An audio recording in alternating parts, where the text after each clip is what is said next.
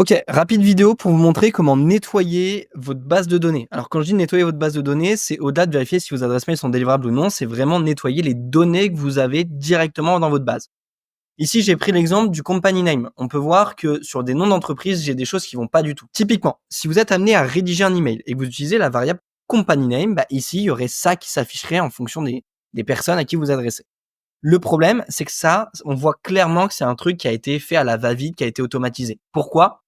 Parce que naturellement, personne ne viendrait écrire PPF et mettre entre parenthèses ce que ça signifie, talent.io, sachant que c'est le site web, Tomcast Invest tout en majuscule, Vestiaire Collective avec ce E à la fin et encore ça peut être une erreur, Neo.tv-officiel, bref, ça c'est des formats de nom d'entreprise où on se doute bien que ça n'a pas été rédigé à la mano et c'est simplement un export qui nous a donné ça.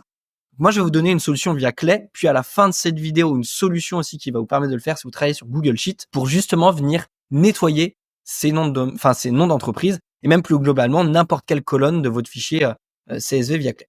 Ce que vous pouvez faire, c'est insérer à droite une nouvelle colonne et utiliser l'IA. Donc ça va vous ouvrir un module qui va faire tout simplement l'appel à l'IA directement dans Clay. Donc ce qu'on va faire, c'est qu'ici, on va renseigner un prompt que moi j'ai déjà renseigné.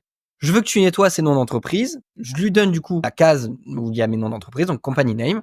Voici les instructions. Je veux que tu mettes les abréviations en majuscules. Je veux que tu supprimes ce qu'il y a après les points pour garder uniquement le nom de l'entreprise. Je veux que les noms soient sous ce format, sauf abréviation de points majuscules puis lettres en minuscules. Je veux que tu me donnes uniquement le nom de l'entreprise modifié en sortie. En bref, vous mettez vraiment ce que vous voulez de manière à nettoyer votre donnée, tout simplement. Et donc là, ce qu'on va faire save et on va run. Comme par magie, vos noms vont être triés avec l'IA et tout simplement nettoyés. PPF devient bien PPF, Talent devient bien, talent.io devient bien Talent, Tomcast Invest n'est plus 100% majuscule, on utilise bien que Neo par la suite, mon E de Vestiaire Collective a été trié. En bref, en l'espace de 10 secondes, vous passez d'une liste de company name un peu pourrie, tout simplement qui laisserait savoir que vous prospectez en masse, à une liste où on se dit oui, il a pu rédiger ça à la mano, ok, ça se fait, mes noms sont propres. Et ça, je vois beaucoup de personnes qui ne le font pas sur leur base de données. Ils ne trient pas leur base de données, ils ne nettoient pas leur base de données, tout simplement.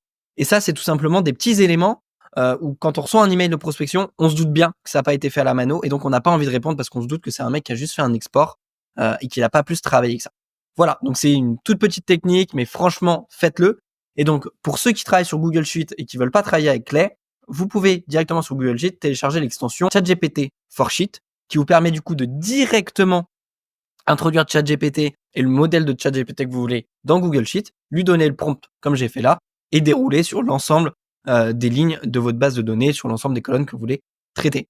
Et tout ça, ça vous permet d'avoir des bases de données qui sont clean et qui vont vous permettre d'aller chercher du client et du CA avec la prospection.